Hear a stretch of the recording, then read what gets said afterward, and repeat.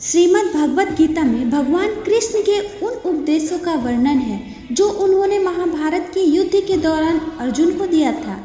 गीता में दिए उपदेश आज भी उतने ही महत्वपूर्ण हैं और मनुष्य को जीवन जीने का सही राह दिखाते हैं। गीता में 18 अध्याय और 700 श्लोक हैं जिनमें धर्म के मार्ग का अनुसरण करते हुए सत्कर्म करने की शिक्षा दी गई है। जीवन की सभी दुविधाओं और समस्याओं का हल गीता में मिलता है। माना जाता है कि गीता के बातों का अनुसरण करने से जीवन बदल जाता है और व्यक्ति को हर काम में सफलता मिलती है। आइए जानते हैं श्रीमद् भगवत गीता के अनमोल विचारों के बारे में। गीता के अनुसार जैसे जैसे व्यक्ति की आयु बढ़ती है वैसे उसे इस बात का एहसास होता है कि उसने व्यर्थ ही उन लोगों को महत्व दिया जिनका उनके जीवन में कोई योगदान ही नहीं था। आपके जीवन में कई ऐसे लोग होते हैं जो आपके करीबी होते हैं, रिश्तेदार होते हैं, अपने हो जो आपको पसंद नहीं करते हैं, आपके पीठ पीछे आपकी निंदा करते हैं, आपसे जलन करते हैं। आपको ऐसे लोगों से दूरी रखनी चाहिए। ऐसे लोगों से आपको कम से कम बातें करनी चाहिए। उनसे हंसी मजाक वाली बातें नहीं करनी चाहिए। जितनी हो सके उतनी दूरी बनाए रखें। ऐसे लोगों को महत्वपूर्ण मानना, अपना मानना आपकी भूल हो सकती है जो आपको बुरी तरह से आहत कर सकती है।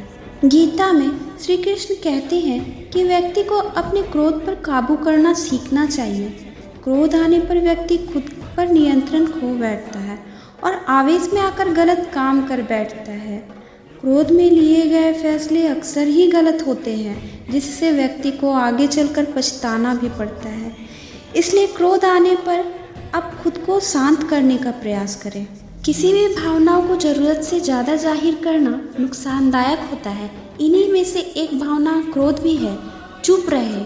गुस्सा आने में गलत बातें कहने से बेहतर है कि आप बहुत अधिक क्रोध आने पर चुप रहे, जगह बदल दें, उल्टी गिनती गिनना शुरू करें, संगीत सुने, मन में ये सोचें कि इसका जवाब मैं आज नहीं दूंगा, मैं इसका जवाब कल दूंगा। श्रीमद् भगवत गीता के अनुसार हर व्यक्ति को आत्ममंथन जरूर करना चाहिए।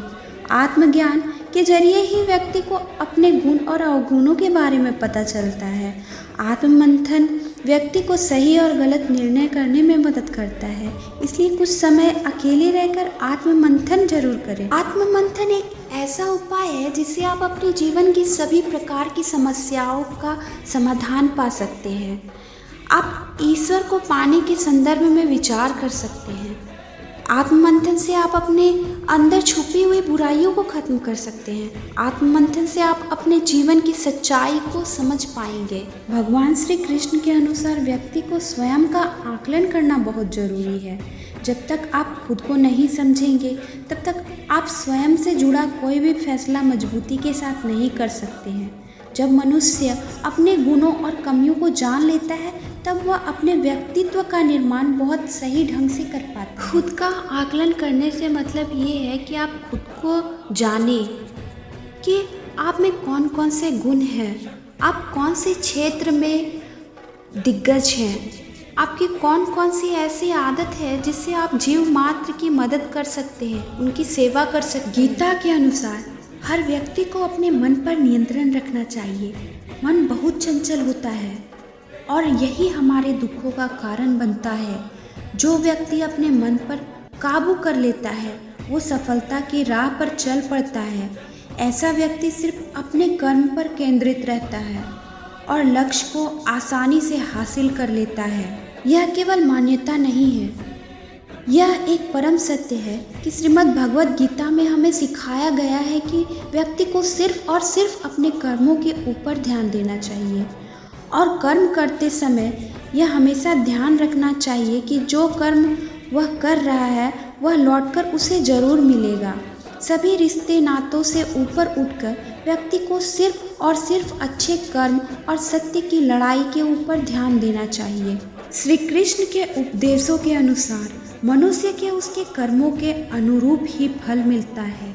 इसीलिए परिणाम के बारे में सोचे बिना व्यक्ति को सिर्फ अपने कर्मों पर ध्यान केंद्रित करना चाहिए। श्रीमद् भगवत गीता के अनुसार खुश रहने के लिए भगवान श्री कृष्ण ने कुछ मूल मंत्र दिए हैं जिसे अपनाने से व्यक्ति हमेशा पॉजिटिव रहता है। इसके साथ ही उसका जीवन खुशहाली से व्यतीत होता है। श्रीमद् भगवत गीता में बताया गया है कि जिस चीज़ को बदला जा सकता है उसे बदल दीजिए, उससे आपके मन को शांति मिलेगी और मानसिक संतुलन सही रहने से इंसान हमेशा खुश रहता है। इसलिए जिस चीज़ से आपका नुकसान है उस चीज़ को बदल देना ही सही होता है। श्रीमद् भगवत गीता के अनुसार श्री कृष्ण ने बताया है कि जो चीज़ को बदला नहीं जा सकता उसे स्वीकार कर लेना चाहिए। इससे इंसान सुखी से अपना जीवन जी सकता है।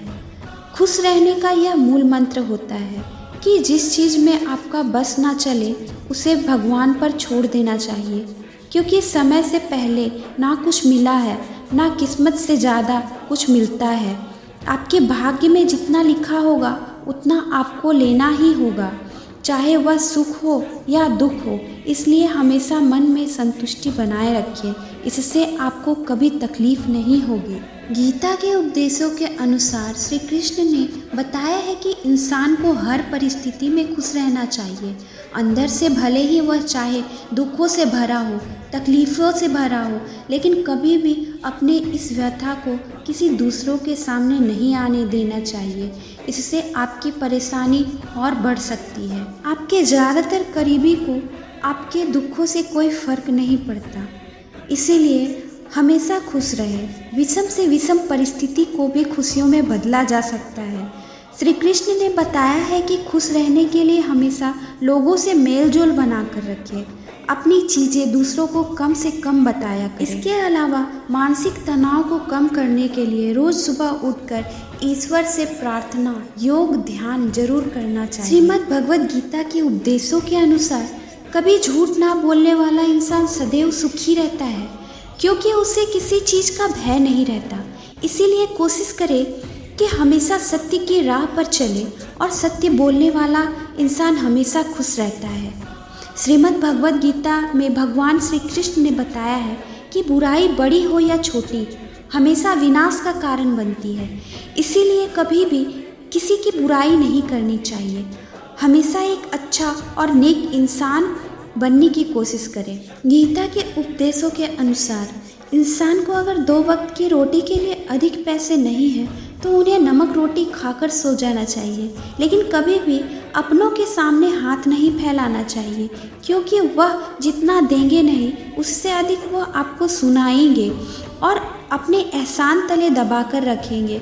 इसलिए कभी भी अपनों के आगे हाथ न फैलाएं। श्रीमद् भगवत गीता में श्री कृष्ण के अनुसार बुरे कर्मों को किया नहीं जाता है, बल्कि यह अपने आप स्वेच्छा से होता चला जाता है। लेकिन अच्छे कर्मों के लिए आपको कड़ी मेहनत करनी पड़ती है, तब जाकर आपको सफलता मिलता है।